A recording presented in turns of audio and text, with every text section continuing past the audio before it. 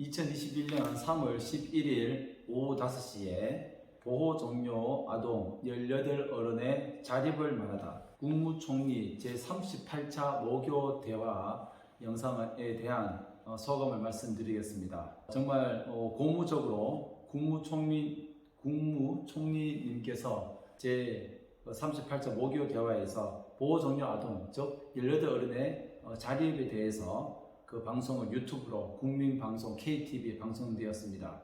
그 방송에 대해서는 제가 설명을 다시 올려드리도록 하겠습니다. 이 대화는 어떻게 하면 보호 종료 아동들의 안정적인 사회 정착과 그들에게 필요한 정책이 무엇인지, 그리고 지난해 12월에 홀로서기에 비관하던 17세 보호 아동이 안타깝게 생을 마감하였고 그것에 따른 국가의 역할이 무엇인지, 그리고 앞으로 가족이 없는 이유로 독립을 강요받고 있는 그 아동들에게 국가가 가족이자 그들의 지붕이 되어 주어야 하고 그들의 국가가 부모의 역할을 다 더해 주어야 한다. 생계 의료 기초 보장을 지원함과 아울러 자립 어플 등 이것들을 제공하고 있지만 여전히 충분하지 못하다. 그래서 앞으로 국가가 든든한 그들의 울타리가 되어 줄 수 있는 그런 지혜를 모으고 보호 종료 아동을 위한 현실적인 정책들과 개선 방안을 마련하기 위한 그러한 자리였습니다.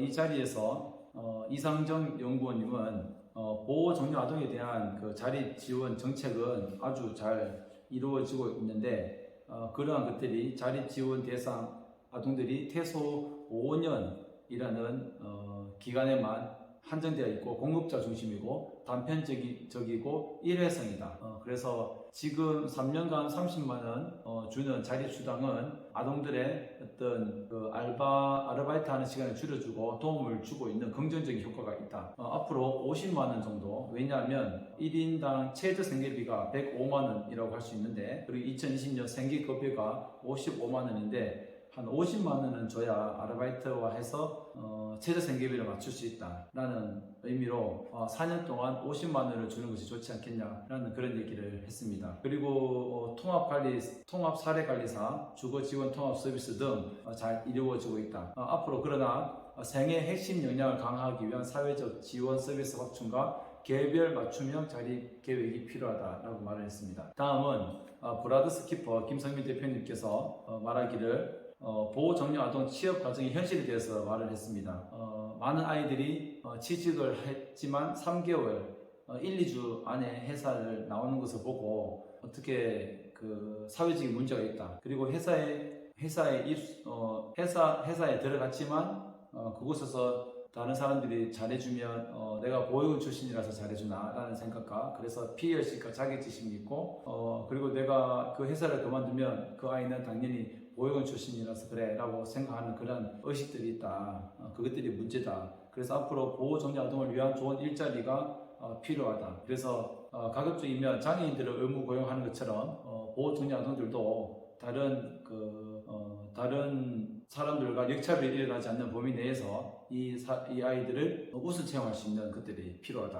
후원으로는 사람을 살릴 수 없기 때문에 일자리가 중요하다라고 얘기를 했습니다. 신선 캠페이너 1호 아동자립 전문가는 자신의 이름을 걸고 프로젝트를 하고 있지요. 고밍아웃을 들어봤는지 모르겠지만 당사자들이 이 단어는 낯설지 않지만 사람들이 고안하는 어떤 차별적인 시선, 즉 아르바이트를 하면서 보육원 출신은 끈기가 없다, 그렇게 책임감 없는 존재로 만들어버리는 다른 아이들과 차별을 두는 그러한 사회적인 인식이 있다라는 것을 밝혔고, 그래서 어떤 취업을 하는데 불이익을 겪고 있다라는 생각을 하고 있으며, 그러한 불이익을 본인이 받고 그것들을 다른 친구들에게도 알려주어야 하겠다. 내가 북이 나면 다른 친구들에게도 딱지가 붙을 것 같다는 판단하에 그 캠페인을 시작하게 되었다라고 합니다. 퇴소를 하고 보육원에서 한 것을 숨기는 아동들이 많은데 이것은 비난받을 게 아니고 용기를 얻을 수 있도록 여전히 상당수의 아동들이 자신의 배경을 숨기고 지우고 살아가는데 하루빨리 인식 개선이 필요하다라고 얘기를 합니다.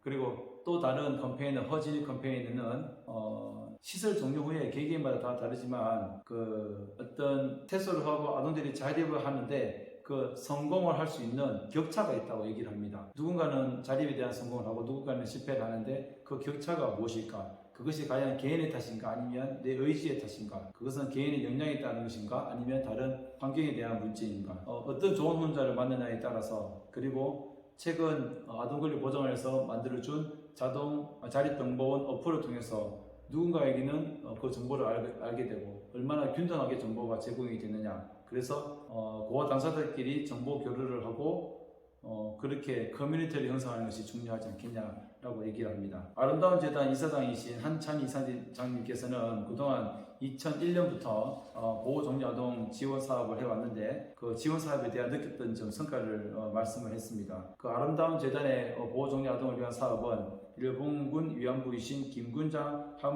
할머니께서 돈을 기탁하면서 시작을 하게 되었고 아이들을 위한 통신비 지원, 그 다음 어떤 정기적인 모임, 홈커밍데이 등 주거비 지원, 연구비 등 많은 그렇게 사업을 진행을 하였고 더 나아가서 최근에는 보호종료 아동 용어에 대한 어떤 사회적 인식을 바꾸고자 노력을 하고 있다고 합니다. 2014년부터는 자립정착 꿈 캠페인을 시작하였고 18어른이라는 말을 처음으로 사용을 했다고 합니다. 그리고 균등하지 않았던 자립정착금을 지자체별로 500만 원으로 상향화했고 또 어떤 지자체는 1000만 원으로 인상하기도 했습니다. 그럼에도 당사자들과 함께 남들과 다르지 않다는 어떤 그 보호종료 아동들이 보통의 청년들이고 그 다음에 그 아이들이 입체적인 캐릭터로 건강하게 바라보고자 하는 노력을 지금도 하고 있으며 정부의 손길이 미치지 않는 곳에서도 다양한 어떤 사업 시도를 하고 있으며 지금까지는 아주 매우 긍정적이고 아주 성과가 있다라고 말을 했습니다. 그리고 이 자리에서는 영화 아이 제작자이신 김현탁 감독님도 참석하셨는데 이 영화를 만들게 된 계기는 부정적인 고정관념을 없애기 위해서 영화를 만들었다. 이 영화를 통해서 전달하고자 하는 메시지는 사회가 우리 모두가 가족이 무엇인지 사회가 어떻게 도와줘야 하는지 그것들을 좀 이렇게 사회에 던지기 위함이었다. 미디어에서 보호종료 아동을 다루고 있는 방식들이 너무 그들을 위축되게 만들거나 폭력적으로 만들거나 그들이 보호종료 아동들이 너무 사회적으로 어떤 편견에 시달리고 있구나라는 것을 알게 되었고 그 어떤 그 아픔을 가지고 살아가는 그들을 나타내기 위해서 즉 우리 사회가 그 구성원들을 보호종료 아동들을 사회 구성원으로 어떻게 잘 돌보고 있는지를 말하고자 했다 합니다. 사회가 사각지대에 놓인 이들을 소외시키는 부분은 있지 않는가? 소외시키고 있다는 부분을 영화에서 표현하고 싶었다. 이 시대의 진정한 가족은 무엇일까? 사회는 국가는 가족을 어떻게 생각하고 있는 것일까? 그것에 따라서 그 제도는 잘 따라가고 있는 것인가를 말하고 있습니다. 여기까지가 그 1시간 50분 되는 영상의 전반부 부제 1입니다. 당사자들이 나와서 이 아픔과 정말 현실적인 그러한 모습들을 말했습니다.